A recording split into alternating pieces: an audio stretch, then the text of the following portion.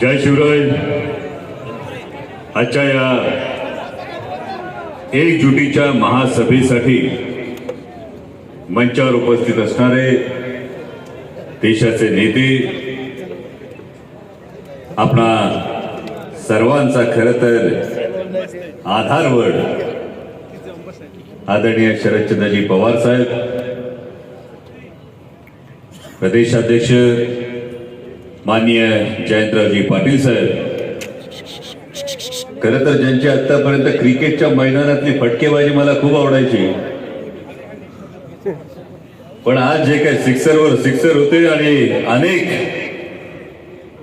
संशयाचं धुकं आणि गैरसमजांचे ढग जेव्हा बाजूला सारून आभाळ निरभ्र होतं, तेव्हा काळजाला हायचं वाटतं. तसं ज्यांच्या भाषणातून वाटलं ते रोहित दादा पवार आमदार, आमदार सुनीलजी भुसारा, आमदार अशोक बापू पवार, राष्ट्रवादी युवकचे अध्यक्ष मेहबूबभाई शेख, माजी आमदार जयदेवजी गायकवाड साहेब, शिवसेनेचे जिल्हा प्रमुख सुरेश भाऊ भोर, विकास बापू लवांडे, युवकांचे जिल्ह्याचे अध्यक्ष स्वप्नील भैया गायकवाड, जिल्ह्याचे अध्यक्ष माजी आमदार जगन्नाथ शिवाळे बापू, माजी आमदार कांडगे साहेब, माजी आमदार सूर्यकांत काका पलांडे, महिलांच्या अध्यक्षा भारतीताई शिवाळे, राजारामजी बाणखिले, राजमालाताई बुट्टे पाटील, प्रकाशप्पा मस्के, हिरामण अण्णा सातकर, सुधीर भाऊ मुंगसे, तुषार भाऊ थोरात, राजूभाई इनामदार, सगळेच मान्यवर. कारण सगळ्यांची नावं घेणं खरं तर खूप गरजेचं आहे. असं मला कोणीतरी कानात सांगितलं होतं. त्यांनी ही सभा आयोजित केली. ते जे तुमच्या मनात आहे ते फक्त बोलून होत नाही, त्यासाठी करावं लागतंय आणि ते तुम्ही करणार याची मला खात्री आहे.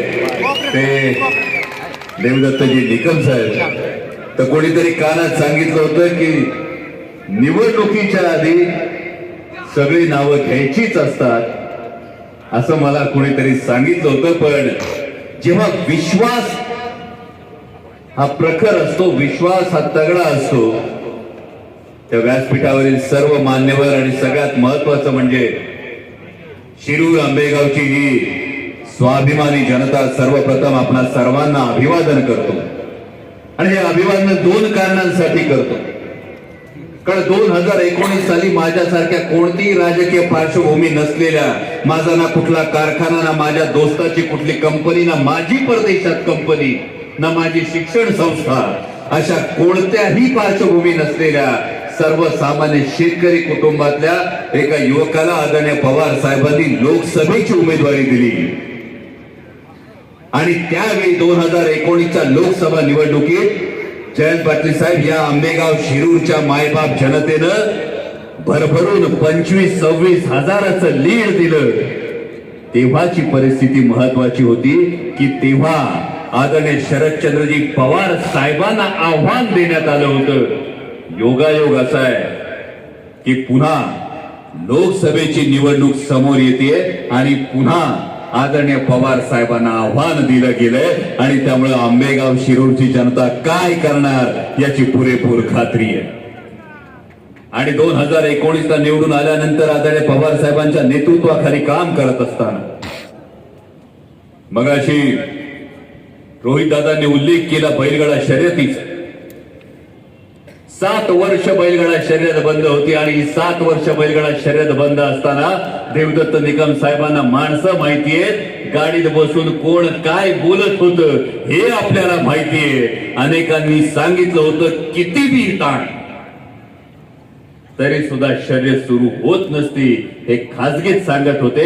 आणि जेव्हा जेव्हा आदरणीय पवार साहेबांच्या मार्गदर्शनानं लोकसभेत बोलायला उभं राहत होतो तेव्हा सांगत होतो बैलगाडा शर्यत सुरू झाल्याशिवाय राहणार नाही आणि पहिल्या बारी मोर घोडी ठरणार म्हणजे ठरणार.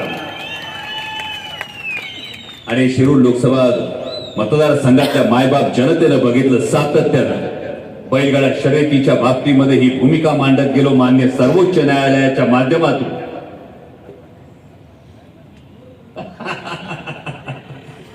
मान्य सर्वोच्च न्यायालयाच्या निर्णयानं साहेब पुन्हा एकदा भिर झाली आणि हे भिर झाल्यानंतर एक शब्द जो दिला होता की पहिल्या बारीच मोर घोडी धरण्याचं या शब्द देण्याचं महत्वाचं कारण होतं. ते कारण असं होतं, मी सगळ्या दूरचित्रवाणी आणि सगळ्या न्यूज मीडियाचं मनापासून आभार मानेन का माझ्या मातीतला खेळ, माझ्या शेतकऱ्याचा रांगडा खेळ एक खासदार घाटात पहिल्या बारी समोर घोडी धरतो म्हणून तुम्ही जो पोहोचवलात तो जेवढ्या जेवढ्या राज्यांमध्ये, जेवढ्या जेवढ्या देशांमध्ये तुमचं चित्रीकरण जातं तेवढ्या ठिकाणी माझ्या मातीतला, माझा शेतकऱ्याचा रांगडा खेळ पोहोचला.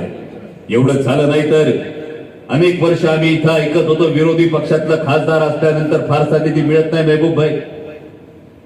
पण विरोधी पक्षातला खासदार असताना सुद्धा आज तुम्ही बघत असाल, विशेषतः आमच्या आंबेगावच्या किंवा जुन्नरच्या माता भगिनी जेव्हा दिवाळीला घरी येतात तेव्हा आवर्जून धन्यवाद देतात. इथून मागे ट्रॅफिक मध्ये लई वेळ लागायचा, 5 वर्षात 6च्या 6 बायपास पूर्ण झाले आणि आता बरोबर वेळेत पोहोचता येतं.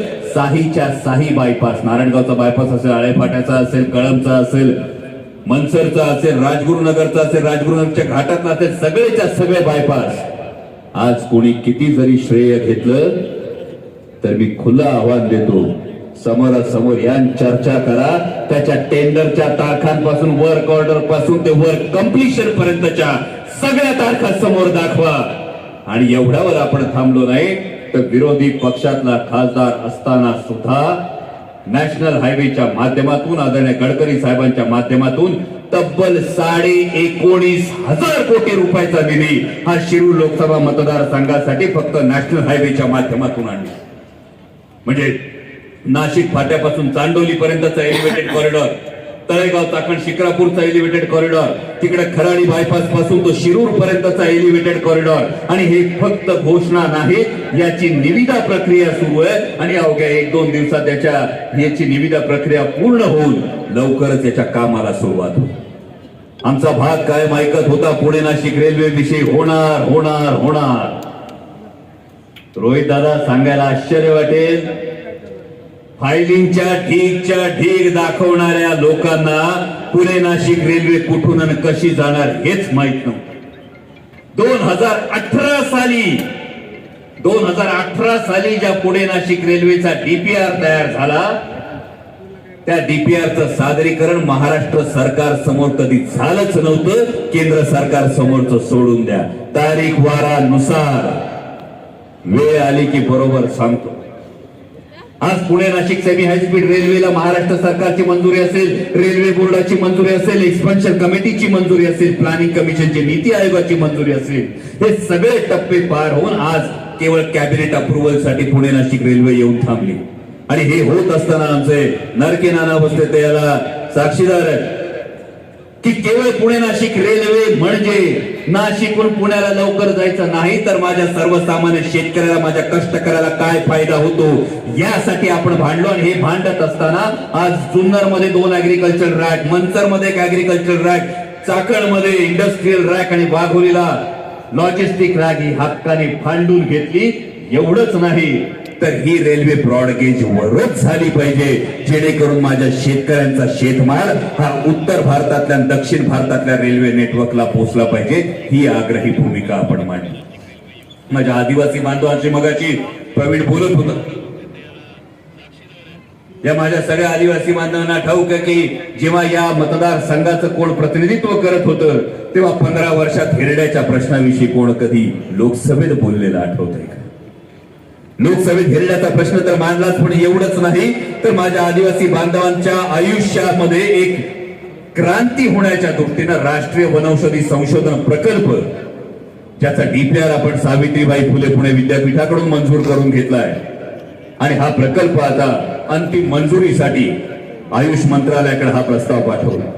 मग इंद्रायणी मेडिसिटी सारखा प्रकल्प असेल, छत्रपती संभाजी महाराजांच्या समाधी स्थळाचा जो विकास, म्हणजे 334 वर्ष झाली माझ्या धाकल्या धन्यांना जाऊन ती समाधी 334 वर्ष त्या वडू तुळापूरच्या मातीत होती. या 334 वर्षात कुणालाही त्या समाधीकडे बघावंसं वाटलं नव्हतं. आज जेव्हा कोणी तोंड वर करून म्हणतं की आम्हाला अभिनेता नको नेता पाहिजे, त्यांनी याचं उत्तर द्यावं, अरे 334 वर्ष माझ्या राजाची समाधी दुर्लक्षित होती, 15 वर्ष तुम्ही लोकप्रतिनिधित्व करत होतात, का डोळे उघडले नाही तुमचे? जर तुम्हाला वाटत असेल नेता नको अभिनेता, अभिनेता नको नेता पाहिजे. अरे अभिमान वाटतो स्वतः अभिनेता असल्याचा. उगा या पक्षातून त्या पक्षात चाल बसत आणि स्वार्थासाठी इकडून तिकडं, म्हणजे चित्रपटामध्ये झाडाच्या माग गाणं म्हणत फिरण्याचा अभिनय केलेला नाही, जो तुम्हाला वैयक्तिक आयुष्यामध्ये तिकीट मिळवण्यासाठी या गटात जाऊ का त्या गटात जाऊ ह्याची वेळ माझ्यावर आली नाही. अभिनय केला तर तो माझ्या धाकल्या धन्यांचा केला, छत्रपती संभाजी महाराजांचा केला, 157 देशांमध्ये हा इतिहास पोहोचवला. आणि हे सगळं होत असताना खरं तर फार जास्त या विषयावर बोलणार नाही, कारण या विषयावर लहानपणी थोडंफार क्रिकेट खेळायचं. रोहित दादा बसलेत, तुम्ही तर महाराष्ट्र क्रिकेट असोसिएशनचे अध्यक्ष आहात, तुम्हीच मला सांगितलं. तुम्ही सांगा मला, डॉक्टर जो माणूस रनआउट झालाय त्याला कशाला बॉलिंग टाकताय?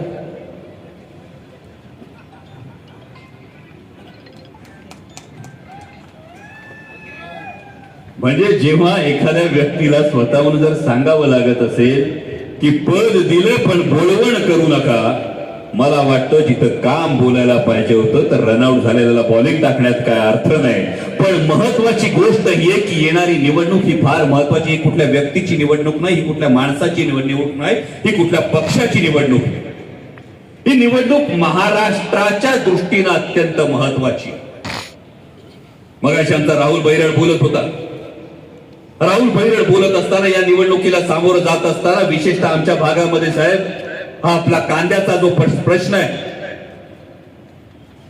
आमच्या नेत्या खासदार सुप्रियाताई सुळे यांच्या नेतृत्वाखाली लोकसभेमध्ये जेव्हा आम्ही कांद्याचं आंदोलन केलं, आमचं निलंबन करण्यात आलं. आणि मगाशी हा जो राहुल बैरट येऊन इथं बोलत होता, हा युवक जो येतो, विचार करा, हा युवक नगर जिल्ह्यातला युवक आहे. हा नगर जिल्ह्यातला पोरगा येतो, नगर जिल्ह्यातला पोरगा येऊन सांगतो, मला येऊन तुमच्या व्यासपीठावर बोलायचंय, कारण आमचं ऐकून घेणारं आणि आमचं म्हणणं लोकसभेमध्ये मांडणारं कुणीतरी इथं आहे. आणि मग प्रश्न हा पडतो की जेव्हा अबकी बार 400 पार म्हटलं जातं, 45च्या वर जेव्हा भारतीय जनता पक्ष या महाराष्ट्रातल्या खासदारांची संख्या सांगतं की 45च्या वर आम्ही जागा मिळवणार, बरोबर? 45च्या वर जागा मिळवणार. आणि मग नगर जिल्ह्यातल्या एका युवकाला त्याचा कांद्याचा प्रश्न मांडण्यासाठी पुणे जिल्ह्यात यावं लागतं. कारण तुम्ही तुमच्या डोळ्यांनी बघता, कांद्याचा भाव पाडला, कांदा उत्पादक शेतकऱ्याच्या ताटात माती कालवली. 48 खासदार निवडून जातात महाराष्ट्रातून. 48. या 48 खासदारांपैकी 39 खासदार हे भारतीय जनता पक्ष किंवा मित्र पक्षाचे. किती? 48 पैकी 39. या 39 खासदारांपैकी माझे सगळे पत्रकार बांधव, आमचे डीके बसले, आमचे बिडकर साहेब बसलेले, रायचंद शिंदे बसलेले, एक माणूस दाखवा 39 खासदारांपैकी भारतीय जनता पक्षाचा किंवा त्यांच्या मित्र पक्षाचा जो माझ्या कांदा उत्पादक शेतकऱ्यांसाठी बोलला. एक माणूस दाखवा 39 खासदारांपैकी जो माझ्या कापूस उत्पादक शेतकऱ्यांसाठी बोलला, जो माझ्या सोयाबीन उत्पादक शेतकऱ्यांसाठी बोलला, जो महाराष्ट्रातून उद्योगधंदे पळवले जात असताना ज्यांनी ताठ माने नजरेला नजर भिडवून सांगितलं, माझ्या महाराष्ट्राच्या युवकाच्या नशिबातून त्याच्या हक्काचा रोजगार तुम्ही काढून नेऊ शकत नाही. आणि जर 39 खासदारांपैकी एकही खासदार बोलत नसल आणि आता भाजप म्हणत असेल आम्हाला 45 पाठवायचे, तर हा प्रश्न तुमच्या समोर आहे. दिल्लीतून गुबू गुबू वाजलं का माना डोलवणारे नंदी बैल पाठवायचे का आपल्या हक्कांसाठी गरजणारे वाघ पाठवायचे, हे तुम्ही ठरवायचे. या मधल्या काळामध्ये काही लोकांनी भूमिका बदलली. मला पूर्ण खात्री आहे या बदललेल्या भूमिकांविषयी तुमच्यापैकी बऱ्याच जणांना ऐकायला उत्सुकता असणार आहे. टोकन तर डिक्लेअर होणार आहे, फक्त लोकसभा निवडणूक ट्रेलर आहे, विधानसभा अजून बाकी आहे. आणि त्यामुळे काही गोष्टी राखून ठेवलेल्या आहेत, पण एक संस्कृती फक्त सांगतो. एक गाव होतं, गावात मंदिर होतं, मंदिरात देव होता. त्या देवावर गावातल्या प्रत्येकाची साहेब श्रद्धा होती, प्रत्येकाची भक्ती होती. कारण प्रत्येकाला असं वाटत होतं की दुष्काळी महाराणाचं जे नंदनवन झालं ते माझ्या देवाच्या कृपेने झालं, हे प्रत्येकाला ठाऊक होतं. पण प्रत्येकाला देवापर्यंत जाता येत नव्हतं, म्हणून देवानं एक पुजारी ठेवला.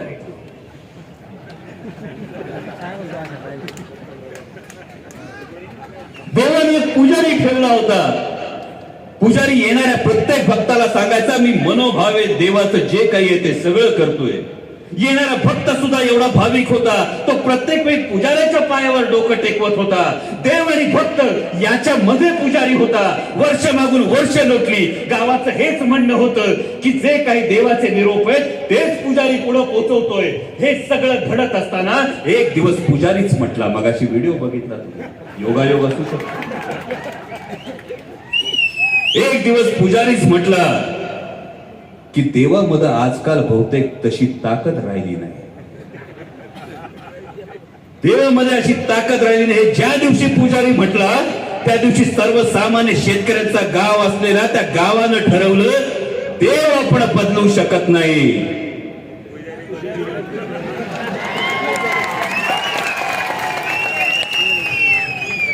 आपली साधी संस्कृती, आपली साधी परंपरा आहे. कारण या गोष्टींची प्रामाणिक राहणं फार महत्वाचं आहे. कारण छत्रपती शिवाजी महाराजांच्या पदस्पर्शानं पावन झालेली ही भूमी आहे. छत्रपती शिवाजी महाराजांच्या स्वराज्यासाठी त्यांनी बलिदानं दिली.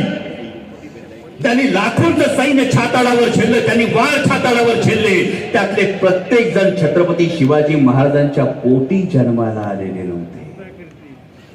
त्यामुळे अनेकांना वाटतं की पोटी जन्माला येणं फार महत्वाचं आहे. पोटी जन्माला येण्यापेक्षा त्या निष्ठेनं वार छाताडावर झेलण्याची निष्ठा असणं जास्त महत्वाचं आहे. आणि या निष्ठावंतांची ही मानती आली. त्यामुळे पोटी जन्माला येण्यापेक्षा ज्यांनी बोटाला धरून चालवलं त्याच्या सोबत राहणं महत्वाचं. कोणीतरी म्हटलं विकासाची बाब फार सविस्तर जात नाही, पण भुसारा साहेब जेव्हा काही लोक आवर्जून सांगत होते, लाव खासदाराला फोन, येतोय का बघ कार्यक्रमाला,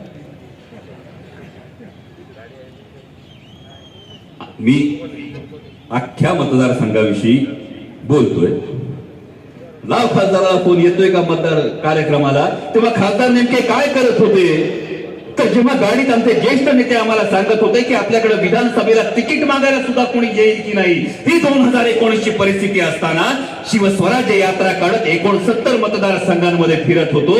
विधानसभेचा प्रचार करताना 73 विधानसभा मतदारसंघांमध्ये फिरत होतो. आणि जेवढा हा महाराष्ट्र फिरत होतो तेव्हा एक चित्र बघत होतो की या सगळ्या वादळामध्ये आपापल्या मतदारसंघामध्ये पिचकून काही जण बसले होते आणि महाराष्ट्राचा सह्याद्री पावसात भिजत होता.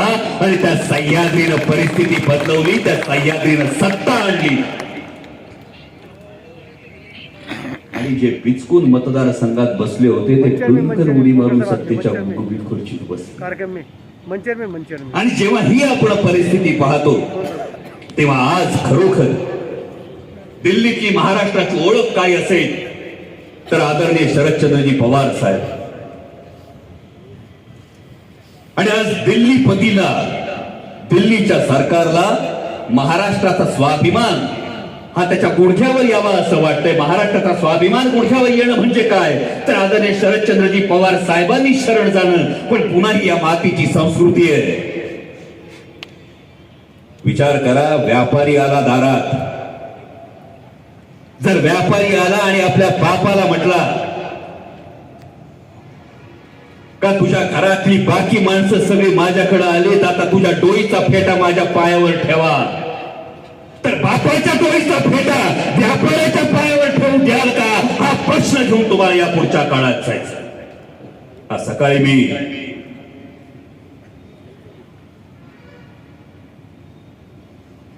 प्रवीण आणि आमच्या सगळ्या सहकाऱ्यांशी बोलत होतो. आणि आज सकाळी स्वर्गीय वल्लभशेठ बेनके यांच्या दशक्रिया विधीला होतो साहेब.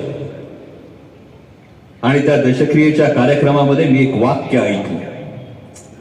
आमच्या पत्रकार बांधवांनी फार आवर्जून ते ऐकलं असेल. एक ज्येष्ठ नेते म्हणाले की इतिहास ऐकायला सांगायला फार बरा वाटतो, पण इतिहास हा घडवावा लागतो. फार नम्रपणे सांगतो, होय इतिहास सांगायला ऐकायला बरा वाटतो, पण इतिहास हा घडवावा लागतो. पण त्याच वेळी जो समाज इतिहास विसरतो त्याला भविष्य असत नाही. आणि या मातीचा इतिहास जे सांगतो ते म्हणजे भ्याडपणाने शरण जाणाऱ्यांचा इतिहास लिहिला जात नाही, तर ताठ मानेने लढणाऱ्यांचा इतिहास लिहिला जातो. आणि छत्रपती शिवाजी महाराजांचं नुसतं नाव घेऊन चालणार नाही, तर छत्रपती शिवाजी महाराजांनी दिल्ली समोर गुडघे टेकले नाही. हा इतिहास आपल्या मनात ठेवणं गरजेचं आहे. 22 तारखेपासून भोसरीमध्ये शिवपुत्र संभाजी या महानाट्याचे प्रयोग आहेत. आवर्जून बघायला या प्रयोग करण्याचं कारण हे आहे की या मातीचा इतिहास काय आहे हे दाखवून देणं गरजेचं आहे की हा महाराष्ट्र दिल्ली समोर झुकला नाही आणि झुकणार नाही हे सांगणं गरजेचं आहे. आणि म्हणून सांगतो भावांनो, कोणाविषयी वैयक्तिक आकस नाही, कोणाविषयी वैयक्तिक राग नाही, पण आता लोकसभेच्या निवडणुकांना अवघा काही अवधी राहिला. केवळ कधी आचारसंहिता जाहीर होईल, आचारसंहिता लागू होईल, लोकसभेच्या निवडणुकीचा प्रचार सुरू होईल, मतदानाचा दिवस उजाडेल. पण मतदानाच्या दिवशी कायम एक गोष्ट लक्षात ठेवा, जेव्हा तुम्ही मतदान केंद्रावर पोहोचला असाल तेव्हा समोरच्या बाजूला अनेक यंत्रणा असतील, अनेक साधनं असतील, आणि या सगळ्या साधनांतून जेव्हा तुम्ही मतदान केंद्रावर पोहोचला असाल तेव्हा त्या बूथ वरून आतमध्ये जाऊन बटन दाबून यायला ना 5 मिनिटं लागतात. बरोबर? किती वेळ लागतोय? 5 मिनिटं. बटन दाबायला तर 5 सेकंद लागतात. किती वेळ लागतोय? 5 सेकंद. बूथ मध्ये जायला 5 मिनिटं, बटन दाबायला 5 सेकंद. ते 5 सेकंद आणि 5 मिनिटांमध्ये 5 वर्ष आपला देश कोणाच्या हाती आपण सोपवणार आहोत ही गोष्ट लक्षात ठेवा. या 5 मिनिटांमध्ये कोणाला मतदान करा निवडणुकीची सभा नाही, मी बोलणार नाही, पण या 5 वर्षांमध्ये त्या प्रत्येक गोष्टीचा हिशोब करण्याची तुम्हाला त्या 5 मिनिटात संधी आहे. म्हणजे मगाशी हा तरुण शेतकरी अरुण कोठुळे आला होता, तुमच्या समोर रडून गेला. जो रडला ना ते अश्रू फक्त त्याचे नव्हते, माझ्या प्रत्येक कांदा उत्पादक शेतकऱ्याची अश्रू होती, माझ्या प्रत्येक सोयाबीन उत्पादक शेतकऱ्याची अश्रू होती. जर शेतकऱ्याचं लेकरू असाल तर त्या 5 मिनिटात या अश्वांचा जाब विचारायला विसरू नका. त्या 5 मिनिटात महाराष्ट्राच्या स्वाभिमानावर किती वार झाले त्याचा जाब घ्यायला विसरू नका.